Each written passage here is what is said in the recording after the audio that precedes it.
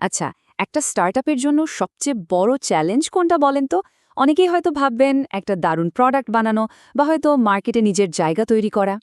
ওগুলো তো অবশ্যই বড় চ্যালেঞ্জ, কিন্তু আসল সাইলেন্ট কিলার মানে নীরব ঘাতকটা কিন্তু লুকিয়ে আছে অন্য কোথাও। চলুন আজকের এই আলোচনায় আমরা স্টার্টআপের সেই সবচেয়ে বড় সমস্যাটা মানে মানুষ কেন্দ্রিক সমস্যা নিয়ে একটু কথা বলি। এই সংখ্যাটা একটু খেয়াল করুন, 65%। এম অ্যাক্সিলারেটরের ডেটা বলছে যে 65% হাই গ্রোথ স্টার্টআপ কিন্তু প্রোডাক্ট বা মার্কেট ফিটের অভাবে ফেল করে না। তাহলে কেন করে? করে হলো কো ফাউন্ডারদের নিজেদের মধ্যে ঝামেলার কারণে। একবার ভাবুন তো, এটা কত বড় একটা সংখ্যা, আসলে ভাবার মতো ব্যাপার। তাহলে আসল প্রশ্নটা হলো, ওই বাকি 35% যারা টিকে যাচ্ছে তারা এমন কি জানে যা অন্যেরা জানে না? তাদের সাফল্যের গোপন রহস্যটা আসলে কি? চলুন আজকের এই আলোচনায় আমরা ঠিক এই প্রশ্নেরই উত্তর খোঁজার চেষ্টা করি। তো চলুন এবার একটু গভীরে যাই। এই যে সফল আর ব্যর্থ স্টার্টআপ, এদের মধ্যে সবচেয়ে বড় পার্থক্যটা কোথায় জানেন? পার্থক্যটা গড়ে দেয় একটা জিনিস, আর সেটা হলো কমিউনিকেশন বা যোগাযোগ। হ্যাঁ, এটাই সেই মিসিং লিঙ্ক। কানেকটিক্যাট ইউনিভার্সিটির একটা গবেষণার এই কথাটা শুনুন। ওরা বলছে যেসব উদ্যোক্তার ভালো কমিউনিকেশন স্কিল নেই, তারা এমন সব বড় বড় বাধার মুখে পড়েন যা একটা নতুন কোম্পানিকে হয় বানিয়ে দেয়, না হয় একদম ভেঙে গুড়িয়ে দেয়। মানে সোজা কথায়, কমিউনিকেশন শুধু একটা সফট স্কিল না, এটা একটা স্টার্টআপের টিকে থাকার প্রশ্ন। আর সবচেয়ে মজার ব্যাপার কি জানেন? ভালো কমিউনিকেশনের কিন্তু সরাসরি একটা আর্থিক লাভও আছে। বিশ্বাস হচ্ছে না? ওই একই গবেষণা দেখাচ্ছে যে উদ্যোক্তারা মাত্র 2 ঘন্টার একটা কমিউনিকেশন ট্রেনিং নিয়েছেন, তাদের প্রফিট পরের বছরে 20% পর্যন্ত বেড়ে গেছে। ভাবা যায়? মানে কমিউনিকেশনের পেছনে সময় দেওয়াটা আসলেই একটা ইনভেস্টমেন্ট, যার রিটার্ন একদম হাতে নাতে পাওয়া যায়। আর ঠিক এই কারণে MESI ইনস্টিটিউট অফ ম্যানেজমেন্টের মতো বড় বড় বিজনেস স্কুলগুলো তাদের লিডারশিপ প্রোগ্রামে কমিউনিকেশন আর কনফ্লিক্ট ম্যানেজমেন্টকে এত গুরুত্ব দেয়। তারা জানে যে একটা ভালো টিম বানাতে গেলে এই স্কিলগুলো লাগবেই। এটা কোনো অপশনাল বা ঐচ্ছিক বিষয় না, এটা লিডারশিপের একেবারে মূল একটা অংশ। আচ্ছা, কমিউনিকেশন কেন জরুরি সেটা তো আমরা বুঝলাম, কিন্তু ধরুন মতবিরোধ লেগেই গেল, তখন কি করার আছে? চলুন এবার আমরা কিছু পরীক্ষিত ফ্রেমওয়ার্ক বা কাঠামো দেখে নিই, যেগুলো যে কোনো ধরনের মতবিরোধ সামলাতে দারুণ কাজে আসতে পারে। প্রথমেই যেটার কথা বলবো সেটার নাম থমাস কিলম্যান কনফ্লিক্ট মোড ইনস্ট্রুমেন্ট বা সংক্ষেপে TKI। এটা দারুণ একটা টুল। এটা আমাদের বুঝতে সাহায্য করে যে আমরা সাধারণত 5টা স্টাইলে ঝগড়া বা মতবিরোধ সামলাই, আর এই 5টা স্টাইল দুটো জিনিসের ওপর নির্ভর করে। 1, আপনি নিজের দাবিতে কতটা অ্যাসার্টিভ বা দৃঢ়, আর 2, আপনি অন্যের প্রতি কতটা কোঅপারেটিভ বা সহযোগিতাপূর্ণ। ব্যাস, এই দুটো জিনিসই হলো TKI মডেলের মূল কথা।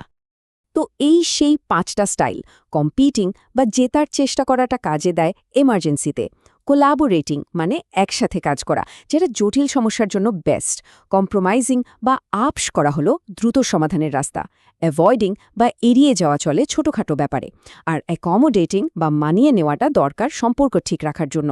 একজন ভালো লিডার কিন্তু বোঝেন কোন পরিস্থিতিতে কোনটা কাজে লাগাতে হবে। এরপর আরেকটা মডেল আছে, নাম সার্কেল অফ কনফ্লিক্ট। এটাকে ভাবতে পারেন একটা ডায়াগনস্টিক টুলের মতো, অনেকটা ডাক্তারের মতো।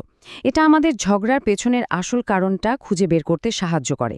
কারণটা কি ডেটা নিয়ে, নাকি সম্পর্কের মধ্যে সমস্যা, নাকি মূল্যবোধ মিলছে না? আসল কারণটা একবার ধরে ফেলতে পারলেই কিন্তু সমাধানের পথ অনেক সহজ হয়ে যায়। এখন দেখুন, সমস্যা সমাধানের কিন্তু দুটো রাস্তা আছে। একটা হলো সরাসরি মানুষটাকে দোষ দেওয়া, আরেকটা হলো মানুষ আর সমস্যাকে আলাদা করে দেখা। এই দ্বিতীয় অ্যাপ্রোচটাকেই বলে ইন্টারেস্ট বেসড রিলেশনাল বা IBR। এখানে ফোকাসটা থাকে সমস্যা সমাধানের দিকে, সম্পর্কটাকে নষ্ট না করে, আর চেষ্টা করা হয় এমন একটা সমাধান বের করার যেখানে দুপক্ষই জিতবে। একটা স্টার্টআপের জন্য এর চেয়ে জরুরি আর কি হতে পারে বলুন তো? তো এতক্ষণ আমরা কথা বললাম সমস্যা হলে কি করতে হবে, তাই না? কিন্তু তার চেয়েও স্মার্ট কাজ কি বলুন তো? স্মার্ট কাজ হলো সমস্যাটা হতেই না দেওয়া। মানে আগুন নেভানোর চেয়ে আগুন লাগানো আটকানোই তো ভালো, তাই না? চলুন এবার সেটাই দেখি। কথাটা খুব সহজ, কিন্তু অসম্ভব শক্তিশালী। মতবিরোধ সামলানোর সবচেয়ে সেরা উপায় হলো ওটাকে শুরুই হতে না দেওয়া। ওই যে কথায় আছে না, prevention is better than cure. একদম তাই। আর এর জন্য প্রথম এবং আমি বলবো সবচেয়ে জরুরি পদক্ষেপ হলো একটা পরিষ্কার ফাউন্ডার এগ্রিমেন্ট করে ফেলা। মানে কে কি করবে, কার কি দায়িত্ব, কে কতটা শেয়ার পাবে, কে কতটা সময় দেবে, আর ভবিষ্যতে কোনো সমস্যা হলে কি করা হবে, এই সব কিছু একদম পরিষ্কার করে লেখা থাকবে। এটা যে কোনো টিমের জন্য একটা মাস্ট হ্যাভ জিনিস। শুধু কাগজপত্রের চুক্তিই কিন্তু যথেষ্ট না, এর সাথে দরকার একটা টিম ফার্স্ট কালচার গড়ে তোলা। মানে এমন একটা পরিবেশ তৈরি করা যেখানে সবার আগে দল, এখানে সবার ভূমিকা পরিষ্কার থাকবে, সবাই সবাইকে সাহায্য করবে, ভালো কাজের প্রশংসা করা হবে, আর মাঝে মাঝে কাজের বাইরেও সবাই একসাথে সময় কাটাবে। এতে দলের ভেতরে বন্ডিংটা দারুণ মজবুত হয়। তাহলে দেখুন, শেষ পর্যন্ত ব্যাপারটা কি দাঁড়ালো? কনফ্লিক্ট বা মতবিরোধকে ঠিকভাবে সামলানোটা শুধু বিপদ থেকে বাঁচার উপায় না, এটা আসলে একটা সুপার পাওয়ার।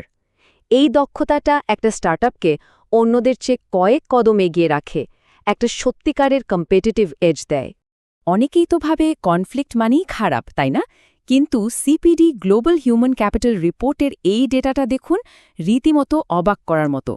৭৬% মানুষ মনে করে কনফ্লিক্ট যদি ঠিকভাবে ম্যানেজ করা যায় তাহলে তা থেকে ভালো কিছুই বেরিয়ে আসে। তার মানে মতবিরোধ সব সময় খারাপ না।